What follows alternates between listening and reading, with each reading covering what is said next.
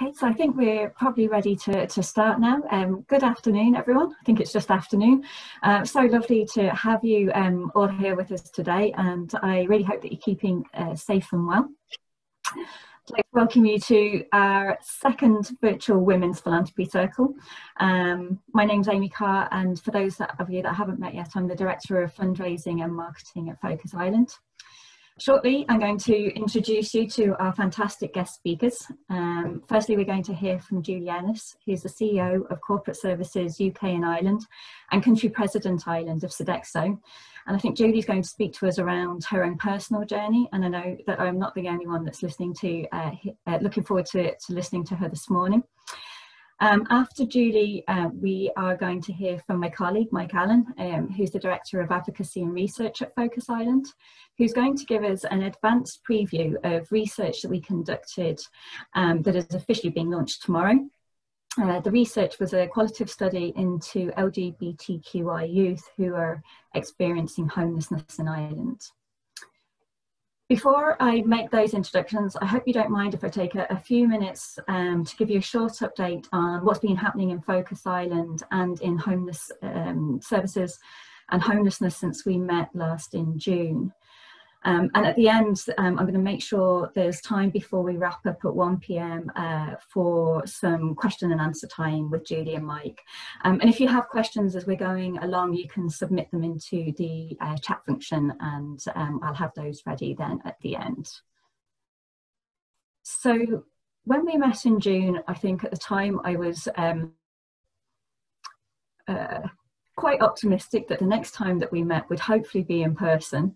However, I think we're all adapting to living with COVID-19, and that's true, I suppose, of Focus Island and the people that we work with and the people who are keeping our services on the road as well. You may recall that the last time we met that the numbers of people who are in homelessness had fallen. Measures such as the moratorium on evictions and rent freezes had clearly worked, and the number of children and adults who were living in homeless accommodation or emergency accommodation in Ireland had reduced significantly.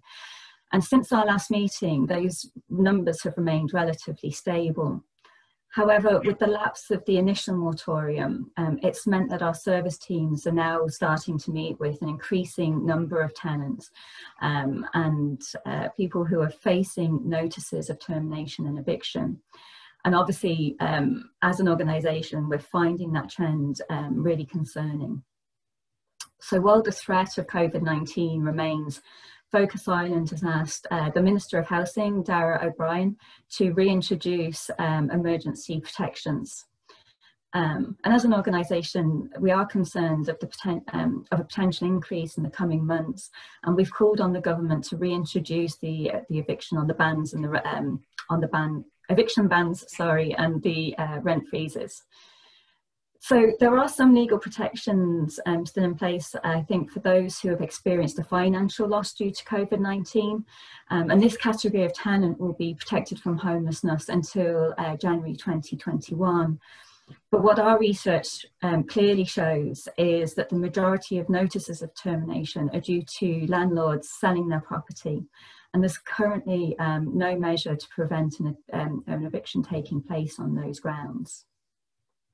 So further to these points, I think Focus Island is making recommendations to the government for the upcoming budget. So we're asking them to secure funding for homeless services to ensure resources are in place to protect all people who are homeless during COVID-19. We're asking them to allocate 1.2 million to pilot a new programme called Housing First for Families. So very, very top level, the Housing First model works on the basis that providing a home first is critical to ensuring people move on from homelessness. And once they have the stability and security of a home, the wraparound supports are put in place to ensure that they're able to maintain that home and maintain that tenancy. So this programme would work with families that have been experiencing homelessness for more than 2 years. And we're also asking them to introduce a rapid rehousing programme for families so that no family spends more than 6 months in emergency accommodation.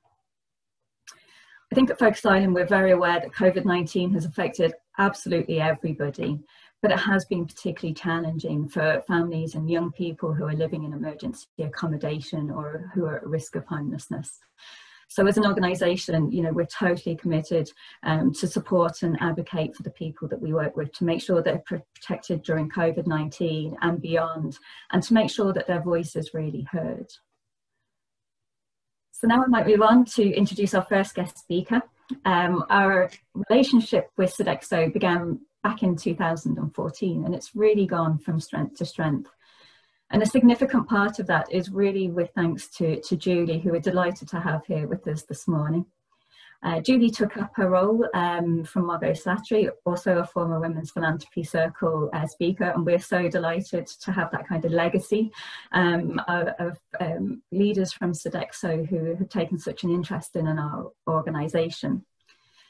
Usually when there's a change in leadership in a company, we as a charity partner know about the millions of demands that are put on that leader's time, especially in the changeover.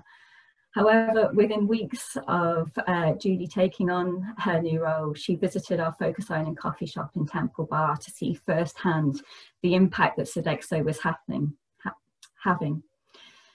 So when I was preparing for today, I thought, where do I start when I introduce Julie? And there are so many things to say, but in the interest of not embarrassing herself, I will keep it short and sweet. I think what we've really found is that Julie is tenacious in her support of Focus Island, and when she says she's going to do something, she really makes that happen. Since we met Julie, she's become a real ambassador and championed our work at every opportunity. And we've had, in such, I mean, I suppose a relatively short space of time, I've seen Julie helping set up the catering with the Sodexo team for Shine a Light Night. At this stage, she's featured in God knows how many videos and photo calls for us. And at the end of last year, Julie endorsed our application to Sodexo to support the new family centre that we were establishing in Dublin. And in doing so, Sodexo became the first corporate partner we had on board for that project.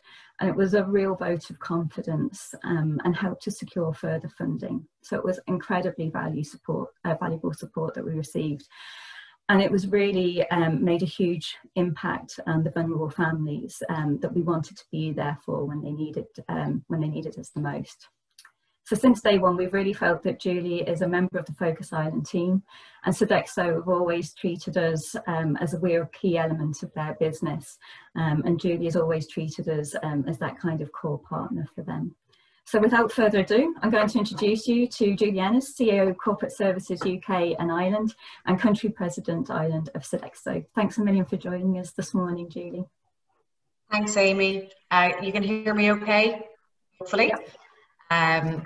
Great. And look, before I go into this piece, as you've called out, Sodexo have worked with Focus Ireland for a number of years, and I'll touch on it shortly, but it's hugely important to us. And I want to say a big thank you actually to everybody in Focus Ireland for the work that you do, because it is critical. But look, thank you for the introduction. And as I said, I'll talk a little bit more about our partnership later on. So look, I'm delighted to be with you today. I'm dialing in from my new home in London. I'll maybe start by telling you a little bit about what I do today, and then talk you through my personal career journey up to today. As Amy said, I currently work for a company called Sodexo as CEO for our corporate services business across the UK and Ireland. I joined Sodexo in February 2019, so not that long ago. And prior to that, I had been with Bank of Ireland actually for just over 20 years. But I joined Sodexo as Managing Director and Country President for the Irish business. And then in March of this year, I took over as CEO for the UK and Ireland business. Just as COVID hit, impeccable timing on my part, as always. So took over an organisation with 9,000 people during COVID, running the business remotely, and relocated to the UK 3 weeks ago. So it's an exciting and busy time. And just for those of you that aren't familiar with Sodexo, it's a global company that was established in France just over 50 years ago. We have about 450,000 employees across 67 countries it is now. And in Ireland, we have about 3,500 employees across our client sites. And we deliver everything from workplace services, facilities management, food services, to clients in pharma, tech, financial, professional services, and lots more. So it has been a whirlwind transition into the new role, I can tell you that, over the last few months. But look, a little bit about me in terms of personal journey and then sort of the career journey. So I'm the youngest of 6 children, grew up in Dublin. As I said, up to 3 weeks ago, I was living in Athlone with my partner Donna and our 2 dogs and 2 cats. And we moved to London and we'll be sort of going between the 2 locations. I'll give you a little bit of a background into my younger years because they're really important in terms of shaping sort of who I've become, but also where I am today. So I grew up in a very busy household and very noisy household. And while it was very, very normal to me, we were probably seen as a little bit different because 4 of the 6 children are profoundly deaf. So our house was always full of people, visitors, and noise because we'd a number of children who couldn't hear themselves. So it was always a bit manic. My parents both worked really hard. My father was a salesman and undoubtedly my inspiration. Always drove me to do what I loved, to be the best that I could be. And I definitely think I get most of my personality and certainly ambition from him. Went to a local comprehensive school because all of my siblings had gone to deaf schools. So 3rd level education wasn't really something that was talked about too much, to be fair, in our house at that time. My other hearing sibling had left school early to go and do hairdressing. So I was the only one really that had the opportunity to go to 3rd level. But I decided why break with tradition and decided not to go to 3rd level, even though I had been accepted into college for business. I chose an alternative route. I had been doing ballet from the age of 3, and luckily I was quite good at it. And it was absolutely the love of my life and really shaped me in those important formative years. So I decided to follow my dream and I was given a scholarship to attend Merseyside Dance and Drama in Liverpool. So I packed up at the age of 17, moved to the UK to become a qualified teacher of modern and classical ballet. And look, the time was amazing. It was non-stop fun, but it was non-stop hard work. And I probably didn't know it at the time, but the learning that I got, without doubt, stands to me today. So while I didn't go a traditional route, traditional 3rd level route, I gained so much, but just in a different way. Because when you think about the resilience, the work ethic required to dance 8 hours a day and study in the evenings, the perseverance to dance through pain barriers and just get on with it, the confidence to perform and wear my game face, as I call it, have all been integral parts of, you know, my journey and who I've become. And I wasn't told it at the time, but the tenacity that I built up has stood to me throughout my career. And I say that I've gained a thick skin because I was so used to standing on a stage or having to be critiqued. And it has really allowed me to be able to move on from things quickly and to be able to focus, I suppose, on the bigger picture rather than get bogged down with what are probably small challenges a lot of the time. But when I came back from the UK, I started teaching and soon realised that I couldn't make a living to the standard, a bit late, but anyway, to the standards that I wanted. So I taught dancing part-time. And that's when I joined Bank of Ireland for what I thought would be 6 to 12 months, really until I made up my mind about what I wanted to do. And I stayed there over 20 years and gained all of my qualifications while I was working in Bank of Ireland. So I studied a lot. You could say I matured academically later in life. studied a lot and topped it off with an MBA in Smurfit in 2018. You know, the 20 years of Bank of Ireland were fantastic. They were and they are really important to me. And to this day, I still say that you know, Bank of Ireland is in my blood, because you cannot spend half of your working life working for one organisation, or half of your life rather, not working life, working for one organisation and not be shaped by it. And I learned so much during my time. I had joined in '98, worked my way up through the organisation, had lots of different roles, from sales to customer propositions to channel management, and they were all great roles. But most of them came about because someone put me forward for them, as opposed to me going looking for them. And I think looking back, it's probably, you know, I didn't have the confidence that I should have had early on to, you know, put my hand up for roles, which is something that I've definitely learned from. And lots of times I remember being absolutely terrified going into some of the more senior roles, because I felt like I didn't know where to start, constantly doubted myself. But luckily I had sponsors that had every faith in me, and those roles turned out to be great. And I suppose if there was one thing that I wish I'd been told earlier in my career, it would have been to be more self-assured in myself and my abilities, because we all always consider what we can't do and not so much what we can do. And for me, it's definitely a true saying, you know, if you're doubting your abilities and you get a great opportunity, just fake it till you make it. Absolutely. But I think that the sponsor piece is really important, because everybody needs a sponsor if you're to the breath, because they're the ones that are in the corner, I suppose, fighting your corner and putting you forward for positions or projects when you're not in the room. And I've been very lucky to have some great female sponsors in my career, and male, but for today, particularly female sponsors, both while I was in Bank of Ireland and now in Sodexo. And it's different to having a mentor, because you can't ask someone to be your sponsor. It's up to you really to make an effort and showcase what you can do. And I suppose my way of meeting those people was really through networking. And my network is something that's very important to me and something that I pride myself on, both internally and externally, because both are critical.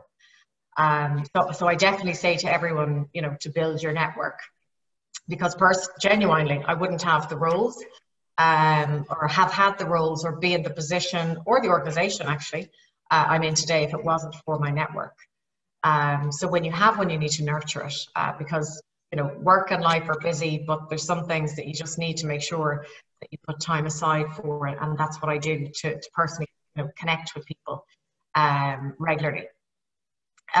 Because, you know, everyone in my network knows someone or something that I don't know. And I've been given great opportunities. I've sourced talent. I get brilliant advice, guidance, and I've made great friends too.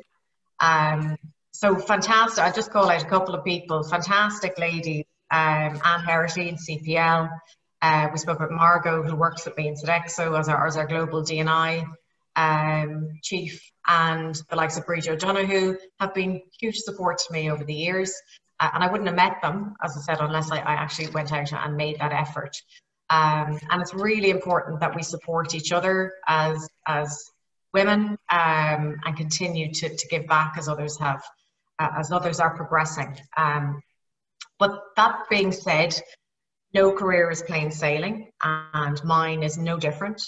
I've certainly had my share of knocks. I've had tough times. I've gone for roles I didn't get.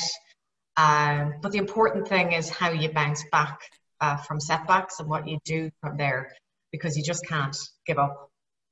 And I believe resilience, and my resilience is probably one of my biggest strengths. So you put that together with sheer drive, ambition, and that's what's allowed me to continually progress and just navigate maybe, you know, a different route to learn and grow. And growth is something that's very important to me, and experiencing, you know, different situations and seeing things through other people's eyes. And it's something that I've been able to do personally, but I'm also proud to say that, you know, Sodexo is able to do through the partnership with Focus Ireland. You know, as a company, Sodexo's ambition has always been to improve the quality of life for people, and that's the same in Ireland. So as Amy has said, you know, a number of years ago, Margaret, who's now the D&I global leader for us, joined the Philanthropy Circle as a way to support and empower women. And we've went on to sponsor the coffee shop, and again, you know, as Amy has said, we announced the funding for the family centre earlier this year for 3 years. So, you know, we're delighted to be able to do that. Such an important piece, and the work that Focus Ireland do is fantastic. And, you know, I had the opportunity to visit the family centre, and I would like to acknowledge everyone who is involved in that day-to-day running. You know, it's highly regarded within Sodexo, all of the work that you do. And I know that Pat and the Focus Ireland team were due to come over and attend our Stop Hunger Foundation dinner to talk about the impact that you make. And while we had to cancel the dinner because of COVID, please be rest assured that the work of Focus Ireland is regularly talked about within Sodexo. And last year I had the opportunity to take part in the Shine a Light campaign in the Sleep Out. Just, I suppose it gave me a glimpse, only a glimpse into homelessness. And, you know, I was really struck by it. We all gathered early in the evening. But the thing that really sort of struck me was around, I suppose, as the night progressed, it was very long. I found myself listening to every sound, trying to, you know, wonder, was I safe? I was cold, we were slightly wet, I felt grimy, and all I wanted really was, you know, a warm shower and a bed. And, you know, for me, I knew I was going home, but I did wonder what it would be like if I had to start the next day without any sleep, feeling, you know, insecure, wondering where I would go, where I would eat, rest, sleep, day after day, night after night, you know. And I've never had to think like that before, and it really opened my eyes into how some people have to live every day. And I know that this year's Shine a Light hopefully will go ahead in some way, shape or form. And Sodexo will absolutely support in any way that we can, particularly the fundraising efforts for this year. So look forward to that, and look forward to being involved in that. But I spoke earlier about having drive and ambition, and my ambition was always to lead a large business by the age of 40. And I used to visualize it, and I could visualize it. And I wanted to lead a business that I could really impact, and one that I was very proud of. And I am really proud of business that I operate in, and also what I've achieved in my career. But if I'm honest, I probably thought I would stay in banking because that's what I knew and that's what I enjoyed. And I hadn't really anticipated a move to a new industry after working in financial services for 20 years. But a huge turning point for me was doing the MBA, because it really opened my eyes to the world. I've said that growth is important to me, and I'd always considered doing an MBA, but quite frankly was afraid about the time and the commitment that it would take. But the reason I wanted to do it was to give myself breadth, because I knew it would introduce me to a really wide range of subjects in business. And I was right to be concerned, because the time and the commitment it took, you know, it was relentless. But even though I know now how much hard work was involved, I'd still do it again, hands down. And I'd recommend it to anyone, because, you know, it's really important to be always learning, because the world just moves so fast. And I was in classes with so many talented people from a really broad range of industries. And it made me think that anything is possible, and it is. So, you know, if you work hard, if you have drive, ambition, and belief in yourself, anything is possible. You know, I moved from an organization working in one organization for over 20 years to a different organization in a completely new industry that I knew nothing about. So I don't know if you'd call it having self-belief or naivety, but it worked for me. So look, just I suppose to finish up, you know, the biggest lesson I've learned in my career so far is that you have to back yourself.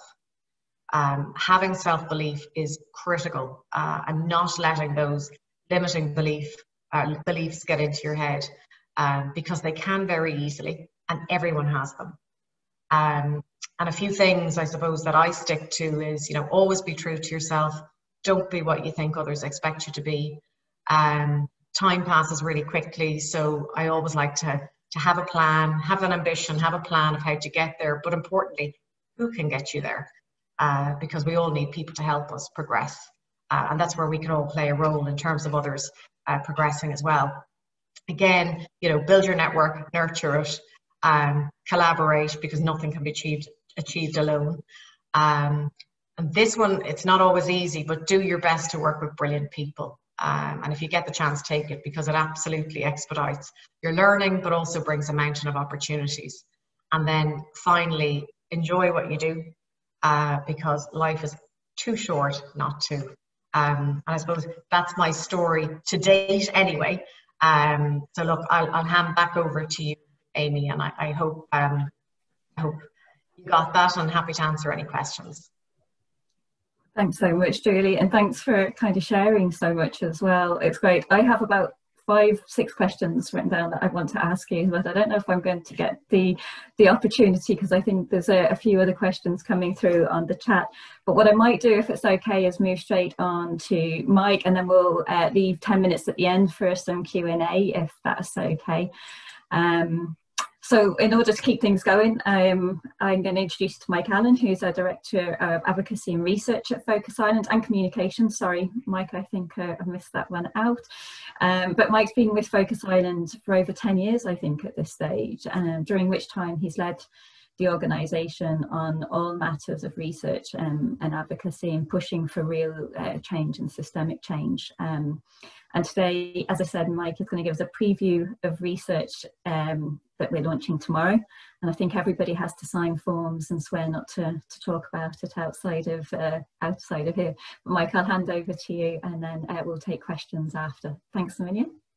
Thanks, Amy, and thanks everybody. And sorry to step between the audience and asking questions to Julie about her really fascinating and interesting story about that. But so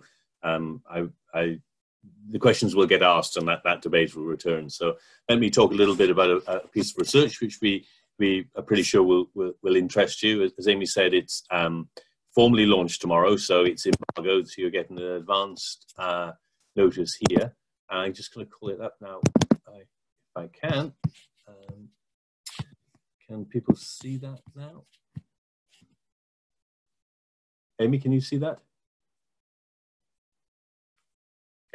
Okay, so what we're talking about is a piece of research we're launching tomorrow about LGBTQI plus youth homelessness.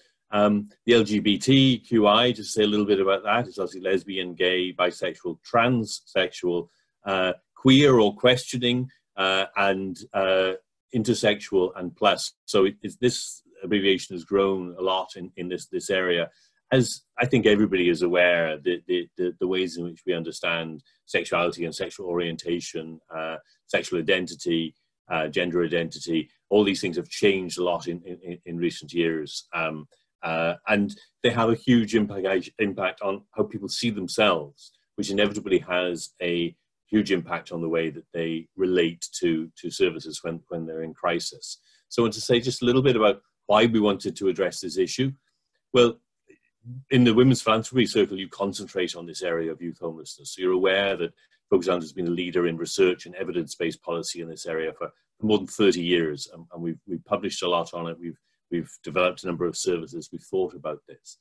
A key thing of what we do is we link with international experts to look at what other people are doing. And at a presentation done by 2 colleagues in Canada who are very advanced in this area, we had a presentation a few years ago, which Melanie Redman and Professor Stephen Gates were presenting. And up came this slide.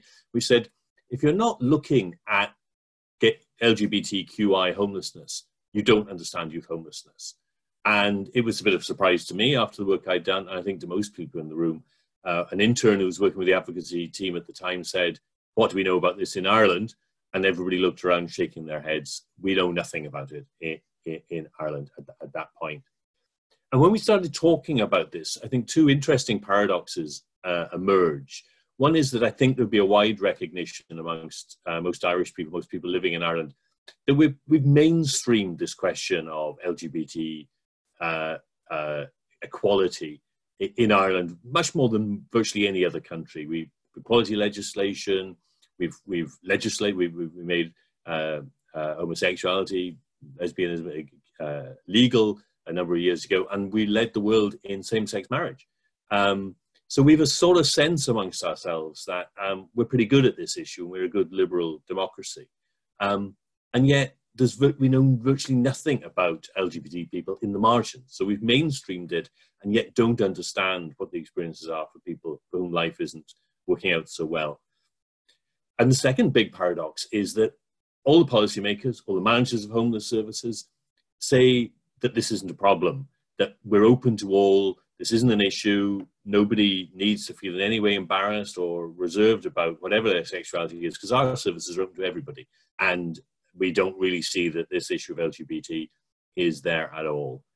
But every gay person that you talk about who works in frontline services says it's a major issue. They said that this is a really unaddressed issue and it's been there for a long time and nobody talks about it, nobody deals with it. So it's, I think, a really interesting place where we started. The research, which we then did, really emphasize again that completely different view on the issue, depending on where you are within the system. So what do we do? Well, the first thing we do when we research an area of which intersections with homelessness is we found an organization to work with. We work with Belong To on this, who are a really cutting edge youth organization who are concerned obviously with anybody who is young and LGBTQ plus, and are interested in homelessness because their clients, their customers keep bringing this up to them. For instance, we're doing another major piece of research on domestic violence and homelessness. We're working with all the homeless, with all the domestic violence organizations on that. So we know about homelessness, but we don't know about the other things we're researching. So we think partnership is hugely important. We sought funds for this because we wanted to commission it. And really this is important to say to the people in the Women's Philanthropy Circle. It's very hard to get state funding or even foundation funding for research in this area, shockingly so, considering how much harm it does and how much money we spend on services. So the support that you give us in terms of raising funds and allowing us to do pieces of work like this is absolutely crucial.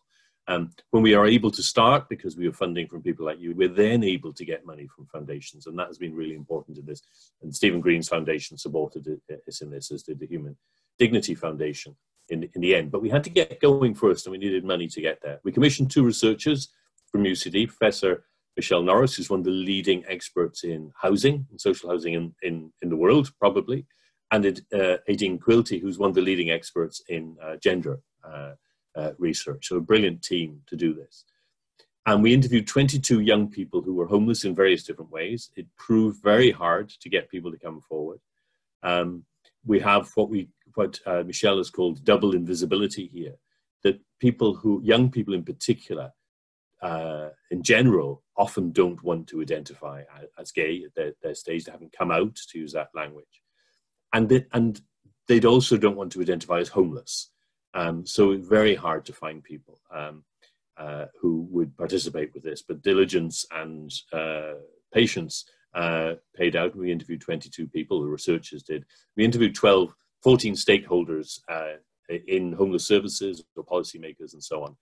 And then we developed the recommendations which are here in a roundtable group. We don't just sort of come out with our recommendations and say to people what they should do. We try and bring the people to whom the recommendations might be directed into the process through a roundtable. And much harder now online to do that, but we did it with this. So what did we find? First of all, in terms of becoming homeless, it really brought home to me how difficult, even in a much more liberal society we live in now, for a young person, the process of coming out continues to be. It's a fundamental impact on people's self-identity and their relationships when they come out. And doing so continues to present enormous challenges for a lot of the young people we were talking about here. And very significantly, again, I think this is a surprise to many people who themselves might be liberal and think the world reflects their views, is the process of coming out often resulted in tensions with their parents, which resulted in people leaving home. In most cases, young people in these circumstances don't leave to become homeless. They leave into situations they think will be okay, but are in fact precarious. Sofa surfing, we call it, for staying with friends and staying in other insecure places. And those break down and leave them homeless. Many of the people we talked to hadn't actually linked in with formal homeless services. They were homeless in that they didn't have a home, but they were not living in shelters. They weren't actually registered. They wouldn't appear, for instance, in the government's monthly figures on homelessness because they weren't homeless in that sense. So that reluctance to use the services which are there to support them is a really important finding of the research. And that's reflected then in the experience of being homeless. Being homeless is to be vulnerable, is to be at risk, is to not be able to make yourself secure by locking a door and closing your door, making yourself safe. And that was a very strong sense from these young people. One of the important pieces of the research that I think is really important to name is that being homeless is appalling for anybody who's homeless. And for young people, it's particularly appalling because of their vulnerabilities and because we make so little room for the particular vulnerabilities of young people in general. So it was important to distinguish the things which made life miserable for homeless young people in general from the ones that were specific problems for people because of their gender orientation or identity. And it's quite clear from the research that there are not only the problems of being a young person with insecure housing, but there are really serious additional problems and risks associated with for people who are LGBTQ. Very strong relationship between homelessness and mental health. Again, around identity issues, around senses of security and so on. And it'll be interesting to explore that further in terms of there's a strong link, obviously, between mental health and homelessness in general. But there's a dimension of this which I think is different and worth exploring further. And mixed stories about the relationships with frontline staff. Some really good stories. And I must say, I was delighted to see some really good stories about our own staff and our own services, but also some very poor stories and some stories where the people were well-meaning, but the services weren't safe and didn't understand the nature of the problems that were there. And then really strong desire for safe spaces within services, both in terms of places where people might sleep and the huge anxieties about the night services. Services say that they treat everybody equally and that that's good enough. But what treating people equally might often mean is that everybody has to sleep in a dormitory with 6 other people. That's very frightening for a young person who's never done that before, who might in fact have experience of abuse or anything in the past. And it's doubly frightening for a young, for instance, a young gay man who is in the process of coming out to sleep in a room with 5 other people that they don't know. So treating everybody the same is not the same as equality. And I think that's something that we really need to understand. Sort of recommendations that come out of it, we've contextualized themselves in the fact that the government has an LGBT plus youth strategy. So we tried to contextualize it in that. And also one of the great achievements over the last period of time for Focus Ireland and others, we led on it with your help, was that the current government is committed to having a youth homelessness strategy. And this is really good time to be launching that, to feed this into that strategy and try and get responses. So the sorts of things, the recommendations that were coming out, there are about 18 recommendations. The first one is to include this in this insight into the youth homeless strategy. But then there's a whole lot of recommendations about preventing homelessness. And we have our own mediation service. We need to build that further. But we need to make sure that mediation services looking at families, that the mediators are trained to understand the particular issues that emerge around, for parents and for the young person, where a young person is coming out or in the process of coming out, and the tensions that that can create. There isn't training widespread available for that. We need to develop that.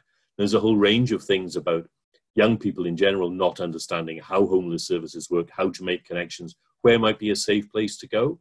So some of these recommendations are just about things that homeless services need to do to be more reactive to everybody. They'll be helpful to everybody, but others are about developing specific training and signaling and, for young gay people who find themselves in these circumstances. One thing we need to avoid here is with naming is the simple process, the process of services just putting up a logo in the window saying this is an LGBTQI friendly space without doing the work that's required to make that meaningful. And there is a real risk about jumping from ignoring this issue to thinking we've got it solved without doing the hard work of thinking about what that would actually mean in terms of training. And then the last part of it perhaps is to try and, one that some people very much want to know how many people who are young and homeless are indeed gay or LGBTQI plus. We weren't able to give any sort of percentage figure like that, and nor do I think will we ever be able to do so, because homelessness is a very fluid process, and the definitions of homelessness here are also fluid. A lot of these people are at the edge of homelessness in terms of a formal sense. They simply have no home. So to count them or give them a percentage is very hard. But we've identified as a really significant issue, and we do need to collect more data on it. We do need to know much more about the experiences that people have in it. And there's some really good recommendations there about how that can be done while recognizing the privacy and yet GDPR rights and so on of the young people themselves. So we're launching this, as I say, formally tomorrow. We've got, it's over, last I looked, there were almost 200 people signed in for the launch. Good international audience for it. It's a really important piece of work in Ireland, and I think internationally in terms of exploring this. And then we're following that up with discussions with our colleagues right across the sector, because this isn't something that Focus Ireland can do on its own, and it's not something we can, in a sense, just ask the government to do. It's something that the whole sector collectively needs to reflect on. We all think we're running services which are really sensitive to people's needs and so on. And when the people we're trying to provide services for tell us that's not how they see us, then we need to listen to that, and we need to change. We need to do the training and the clarification and create the spaces where we can really listen to the people who we've set out to assist. So this isn't the answer to homelessness, but it's a really important dimension of youth homelessness. And I'm certainly happy to take any questions that might arise from the presentation. Thank you. Thanks, Mike. Sorry, I keep forgetting that I put my mute button on.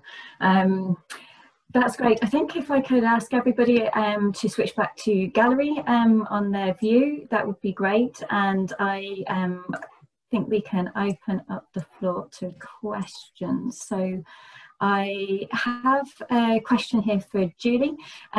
So who do you consider as role models, or your role models, I should say, sorry?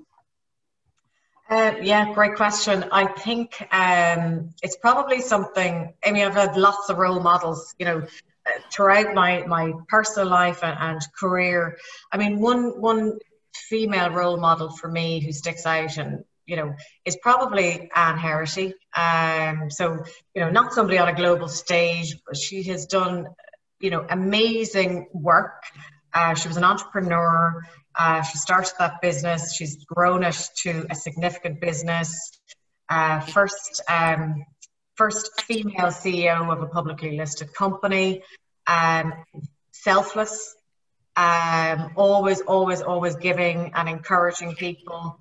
Her charitable work, her work in business across Ireland has just been fantastic. So she is somebody that, you know, I just think is amazing. But you know, for me, it's something that sort of evolves throughout your career. And you know, you look at some people that have come in. I mean, even in terms of Bank of Ireland, when Francesca came in, you know, 42 years of age, coming in to lead an Irish bank, again, the first first female CEO. So like there's lots of people like that.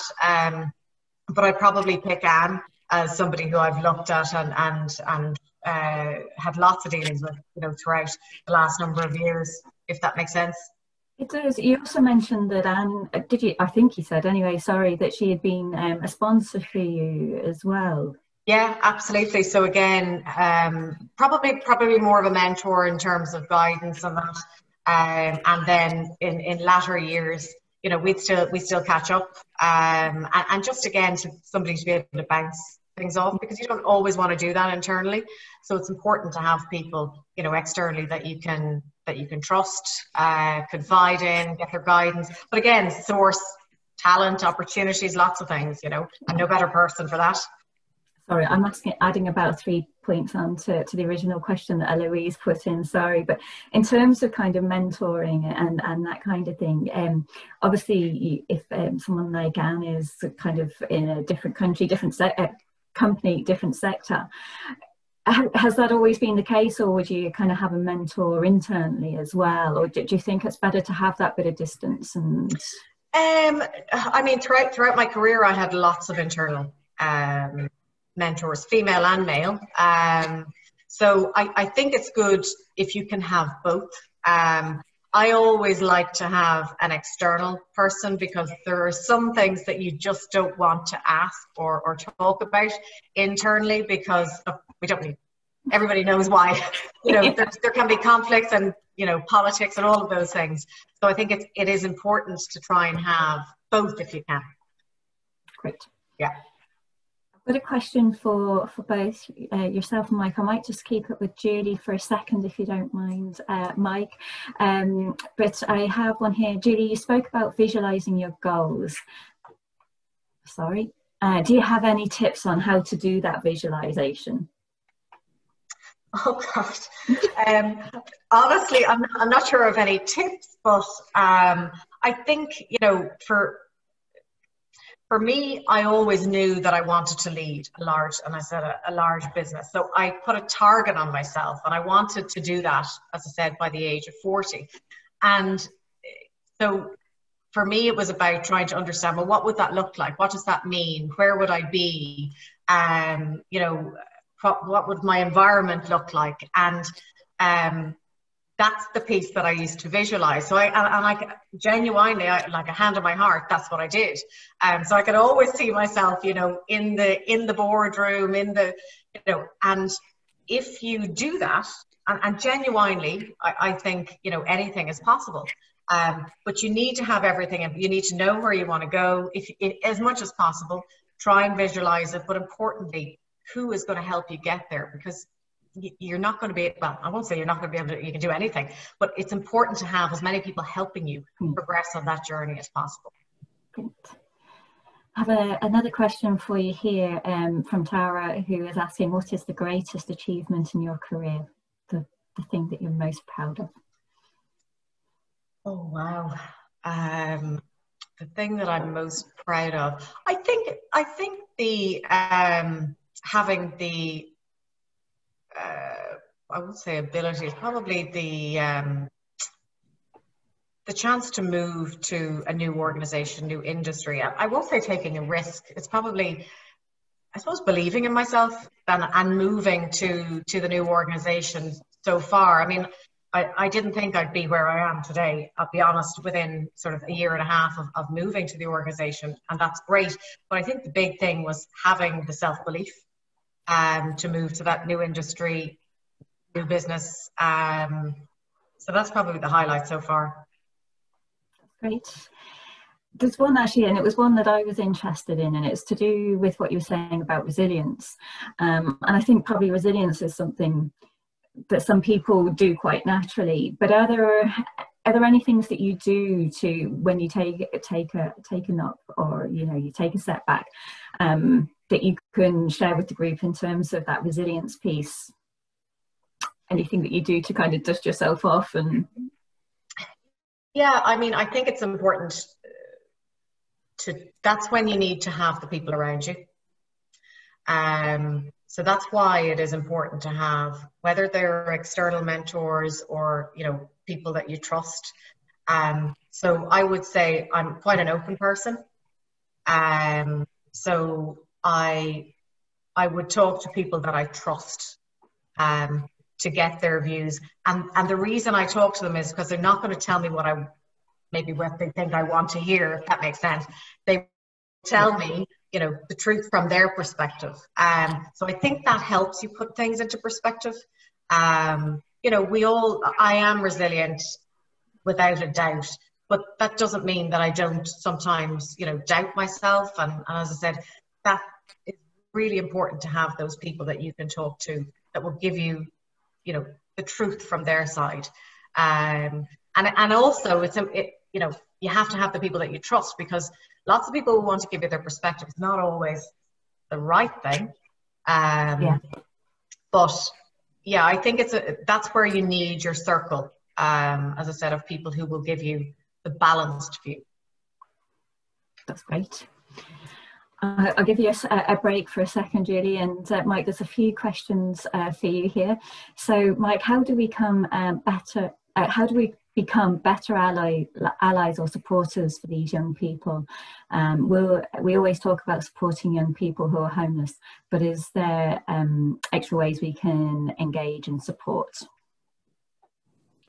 I mean, I think there's a group within the Focus Ireland who are particularly concentrating on youth homelessness, and it's one of the key themes in our strategy that we're working on. We're concentrated much more on looking in more detail about the different vulnerable demographic groups that we work with and building those into our strategic response. And I think there's a real understanding across everybody working in that area that the Women Philanthropy Circle has been an important feeding in resources into that. So in the first place, I wouldn't underestimate the importance of what you've already done and the money you've raised and how we put that to use. So more of that. And I suppose this sort of, from our point of view, this sort of dialogue in terms of the reason we do so much research in Focus Ireland and why I've driven that area. There's always been a history of that in Focus Ireland, but since I've been there, I've developed even further, is that more than anything else, any other social phenomenon I'm aware of, it is actually different than it looks like. That research actually changes the way that you need to think about and respond to homelessness. So when you look at homelessness first, it looks like, you know, men sleeping rough on the street, primarily with beanie hats and beards, and that's the way every image of homelessness in the newspaper is going to look like that. When you do research and look deeper, you find it's different. And similarly, when we're looking at youth homelessness, we find huge numbers of young people who are not formally in the homeless system. So a sort of dialogue that we're having today in terms of just talking through that research, I call it research, but we're talking through what we know, what we've learned, our evidence is, and being able, I think, in the wider community network that you deal with, to talk about that and challenge the stereotypes that people have around homelessness and the simplicities they have about it in the network, probably without making a complete pain of the neck of yourself, because I mean, it has a diminishing returns if you push it too hard. But I think that deepening and understanding and sharing that within the wider networks you work in, I think would be a really significant thing. Great. Another one here for you, Mike, is how did you, find the young people to take part in the interviews? Yeah, as I said, that was extremely difficult because we first of all, we decided that we were going to only talk to people who had come out to at least one significant other person. So we weren't asking people to come out to the researcher. The lead researcher on this was Aidan Quilty, as I say, who's one of the leading researchers in this, in the area of queer theory, they call it, and gender orientation, but hasn't worked in homelessness before. But so she was very sensitive to the vulnerabilities of people in these circumstances. So that was the group we were looking for. And we went out, we produced leaflets, flyers, and got all our colleagues throughout the homeless sector to put them up in services and belong to put them out through all the gay rights organizations and so on. And we spoke ourselves to project leaders. And for the first few months, that had virtually no impact whatsoever. We did all the right things, and we just persisted at it. And once you got into a couple of networks, once they had one or two people, they were able to. They would then put us onto other people, and so on. So the researchers call that a snowballing research. So that's ultimately how we got into it. But it was it's always hard to get good interviews with people who are homeless. They've other things to do other than talk to researchers. But this was harder than anything we've done. Thank you. I'm just keeping a track on the time, and I think we've got about 3 minutes left before the end, so I might just wrap up and say a very big thank you to Julie and to Mike for giving us their time today, and to answering the questions. I hope we didn't put you on the spot too much. And thank you to everybody who has participated in the Women's Philanthropy Circle today. We really do appreciate those of you that are members and already supporting us, and those of you that are thinking about becoming a member. What I would say is please consider it. The funds that we raise through the Circle go to support pieces of work like Mike is talking about in terms of the LGBTQI research that we've done, but also very vulnerable young people.